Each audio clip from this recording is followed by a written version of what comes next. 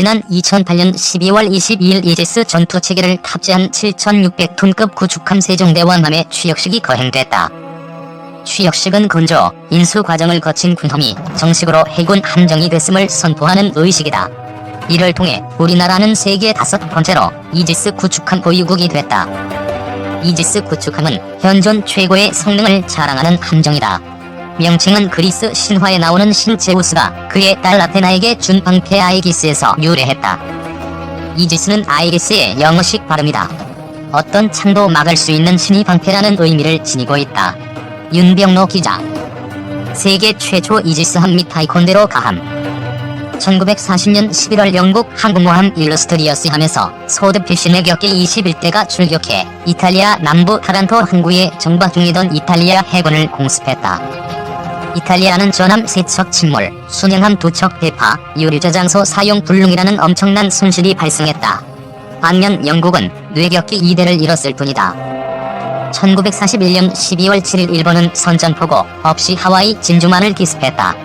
진주만의 미 태평양 함대는 예상치 못한 공격에 막대한 피해를 봤다. 진주만에 정박해 있던 전함 7척 가운데 5척이 격침됐고 200여 대의 항공기가 지상에서 파괴됐다. 1967년 3차 중동전쟁에서는 이스라엘 구축함 에일라트함이 이집트 해군 유도탄정이 쏜 소련제 스틱스 미사일에 격침됐다. 1982년 영국과 아르헨티나가 맞붙은 포클랜드 전쟁에서는 영국 해군 방공 구축함 셰필드함이 프랑스제 대함 미사일 액조세 한 방에 침몰했다. 미 해군은 냉전 당시 소련군이 비대칭 전략으로 초음속 자공 침투 폭격기와 초음속 대함 미사일로 항공모함 전단을 위협하자 강력한 방공망 구축 계획의 하나로 이지스 전투체계 개발에 나섰다. 각고의 노력을 기울인 결과 1983년 1월 22일 세계 최초로 이지스 전투체계를 탑재한 순양함 타이콘데로가함이 탄생했다. 이어 1991년 7월 4일 독립기념일에는 성능을 대폭 끌어올린 알레이버크급 이지스 구축함이 취역기를 펄럭였다. 목표물 탐지, 교전 등 전투행동 일괄 통합. 이지스 시스템은 대공, 대함, 대잠수함전 수행뿐만 아니라 목표물 탐지, 추적, 전투명령, 교전 등 전투행동을 일괄적으로 통합한 전투체계다. 크게 센서, 지휘통제, 무기체계 등 3개 분야로 구성된다.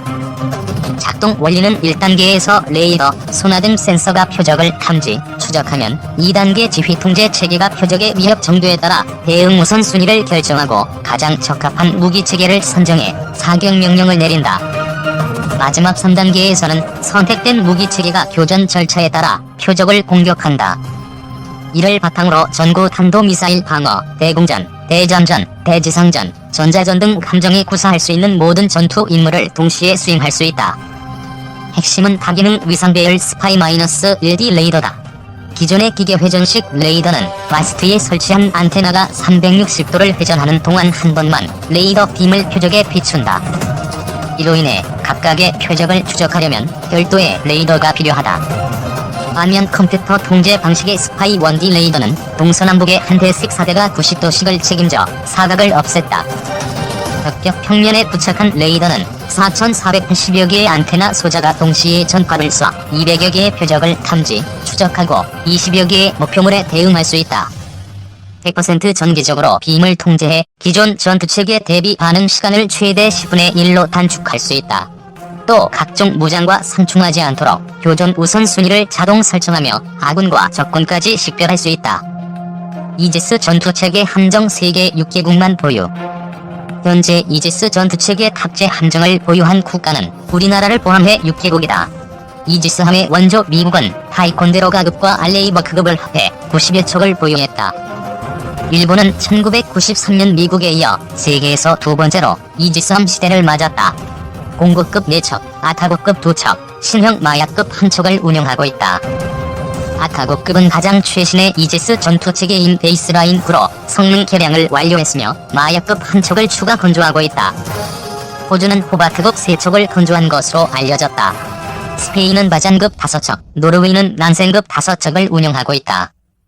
중국은 미국과 같은 이지스 시스템은 아니지만 능동전자주 40위상 배열 레이더를 장착해 중국판 이지스함으로 불리는 란자오급 구축함을 작전 배치했다. 또 란자오급 이상의 함정을 확보하는 데 전력 투구하는 등 해군력 증강에 박차를 가하고 있다. 우리나라는 해군이 제기한 소요가 1995년 합동군사 전략목표계획서에 반영되면서 이지스 구축함 획득 사업이 정상 궤도에 올랐다. 1996년 개념 설계, 2001년 기본 설계 계약, 2004년 상세 설계 및 함 건조 계약을 체결했다. 그리고 2007년 5월 25일 한국형 이지스 구축함 선도함을 처음으로 바다에 띄우는 진수식이 열렸다. 해군은 우리나라 역사에 위대한 업적을 남기고 국방을 강화했으며 국민적 호감도가 가장 높은 세종대왕을 한 명으로 부여했다. 이어 2010년 9월 1일 율곡이함, 2012년 9월 1일 서해류 성령함이 추격해 동서남해를 수호하고 있다. 각 함정은 최신의 스파이 1D 레이더를 탑재했다. 이 레이더는 1000km 떨어져 있는 목표물 1000개를 탐지, 추적할 수 있으며 이 중 20여 개의 표적을 동시에 공격할 수 있다. 스파이 1D 레이더가 찾아낸 목표물은 SM2 함대공 유도탄으로 최대 170여 km 밖에서 요격할 수 있다. 1단계 방어망을 통과하면 단거리 대공 유도탄 램이 기다린다. 발사기 1문에 장착된 20여 발의 유도탄은 9km 이상 떨어진 항공기등을 격추할 수 있다. 마지막은 30mm 근접 방어무기 체계가 분당 4천여 발을 퍼부어 목표물을 파괴한다. 대공 방어 능력 바탕 미사일 탐지, 추적. 국산 함대지 순항유도탄, 장거리 대잠유도탄 홍상어를 탑재한 것도 자랑거리다. 항공기, 함정, 잠수함을 공격할 수 있는 128기의 각종 유도탄은 수직발 사기에 장착된다. 이는 미국 알레이버급과 일본 아타고급 이지스 구축함 96기보다 월등히 많은 숫자다. 국산 함대함 유도탄 해성도 수직 발사기와는 별개의 원통형 4연장 발사관 4기에 들어있다. 이 밖에도 사거리 30여 킬로미터의 5인치 훈포와 국산 경월의 청상어를 탑재한 어뢰 발사관 등으로 무장하고 있다. 정밀한 함포 통제 시스템은 2010년 7월 미국 하와이에서 전개된 환태평양 훈련에서 세종대왕함이 함포 사격 최우수 함정인 탑건에 선정되는 밑거름이 됐다. 세종대왕급은 광역 대공 방어 능력을 바탕으로 북한이 발사한 미사일 탐지, 추적에 1등 공신 역할을 했다. 세종대왕함은 2009년 4월 5일 북한이 장거리 미사일을 발사한 직후 탐지했으며 2012년 12월 12일에는 미사일 발사체의 분리, 추락과 낙하 지점을 정확히 추적했다. 이를 통해 해군은 이틀 만에 미사일 잔해를 인양했다. 2024년 한국형 이지스 구축함 건조 추진. 방위사업청은 지난달 29일 한국형 차기 구축함 기본 설계 입찰 공고를 냈다.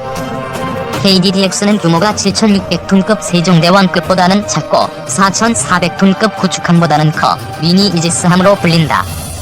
그동안 축적한 국내 선박 건조 기술과 무기 개발 기술을 집대성해 선체부터 전투, 소나 체계까지 독자적 한국형 이지스 구축함을 개발하는 게 목표다. 2023년 후반기까지 기본 설계를 완료하고 2024년부터는 상세 설계 및 선도함 건조를 추진할 계획이다. 세종대왕급 이지스 구축함은 전투 체계를 포함한 주요 무장, 센서를 외국 기술에 의존했다. 반면 차기 구축함은 순수 국내 기술을 기반으로 개발하는 이지스급이라는 점에서 의미가 있다. 특히 미국, 영국, 일본, 중국, 노르웨이에 이어 세계에서 6번째로 이지스 구축함 자체 건조가 가능한 국가로 올라서고 향후 방산 수출에도 크게 기여할 것으로 방사청은 기대하고 있다. 스텔스 구축함 KDDX, 미이지스 넘본다. 2020년 대한민국 방위산업계 최고의 핫 이슈는 누가 뭐라 해도 한국형 차기 구축함 사업이다. 이 사업은 2030년대 중반까지 국내 독자 기술로 고성능 구축함 6척을 건조해 2000년대 초반부터 KDX2 사업을 통해 배치된 충무공 이순신급 구축함을 대체하는 사업이다. 이 사업은 원래 해군이 제7기동전단을 창설하고 작전 대상 해역을 크게 넓힘에 따라 기동전단의 구축함 전력 보강을 위해 소요가 제기돼 2019년부터 2026년까지 6척이 KDX-IIA라는 명칭으로 배치될 예정이었다. 우선순위에서 밀려 사업 일정이 늦춰졌다가 KDDX 사업으로 더욱 강해졌다. 2009년 국정감사 자료에서 처음 그 존재가 확인된 KDX-IIA 프로그램은 해군의 기동함대 구상과 맞물려 미니 이지스함을 다수 건조할 필요성이 제기됨에 따라 시작된 사업이다.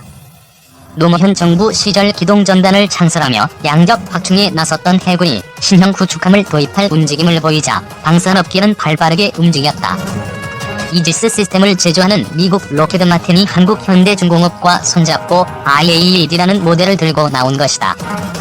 해양방산 전시회를 통해 금연모가 공개된 IAED 모델은 충무공 이순신급의 선체를 확정해 록히드 마틴의 스카이원네프 위상 대열 레이더와 이지스 전투체계를 얹은 설계안이다.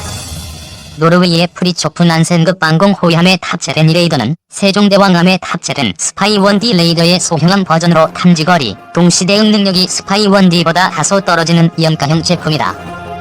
록히드 마틴 등은 충무공 이순신급 선체를 기반으로 스파이1F와 이지스 전투체계를 장착하고 MK-41 수직 발사기 32셀 또는 48셀의 SM-2 흔대공 미사일과 대잠 미사일을 싣고 외부 발사기에 하픈 환대함 미사일 8발과 램 발사기 등을 장착한 설계안을 내놓았다. 방산업계에서 제시한 미니 이지스함 가격은 한 척에 6천억에서 8천억 원 수준이었다. 당시 전력화를 준비 중이던 세종대왕급 이지스 구축함의 한 척 획득 비용이 1조 원 수준이었기 때문에 비용 대비 효과 측면에서 상당히 떨어지는 제안이었고, 이 때문에 해군이 이 제안을 외면하면서 미니 이지스함 구상은 사장됐다. 착실하게 차기 구축함 사업을 진행하던 해군은 2011년 전력화 계획에 KDDX라는 명칭으로 6척 소유를 반영하는 데 성공했고, 2019년부터 2026년까지 초도함 6척을 건조해 기동함대에 배치한다는 전력화 일정을 짰다. 이 계획이 발표되자 2020년대 중반이면 유사시 주변국 해군에 대응할 수 있는 기동함대를 갖게 될 것이라는 전망이 쏟아져 나왔다.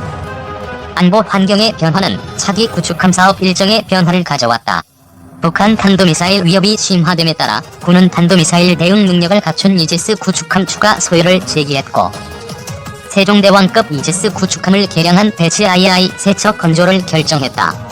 4조 원 이상의 예산이 투입되는 이 사업으로 인해 KDX-IIA 사업은 우선순위에서 밀려 2020년대 후반에 착수하는 것으로 일정이 연기됐다. 사업 일정이 뒤로 늦춰지면서 일각에서는 해군 전력 공백에 대한 우려가 제기됐다. 그러나 사업 일정의 조정은 오히려 KDDX에 약이 됐다. KDDX 체계 개발에 들어가기 전 세종대왕급 배치 II 사업과 한국형 호위함 사업을 진행하면서 다양한 첨단 무기가 개발, 평가됐고, 이를 통해 10년 전 구상에서는 상상하지도 못했던 첨단 기술이 대거 소요 기술로 채택됐기 때문이다. 군은 2017년 4월 국방기술품질원에서 선행연구 영역을 진행하면서 KDDX에 요구되는 주요 성능과 재원의 가이드라인을 짰고, 2019년 시작된 탐색 개발을 통해 KDDX의 방향성과 개발에 반영돼야 할 첨단 기술의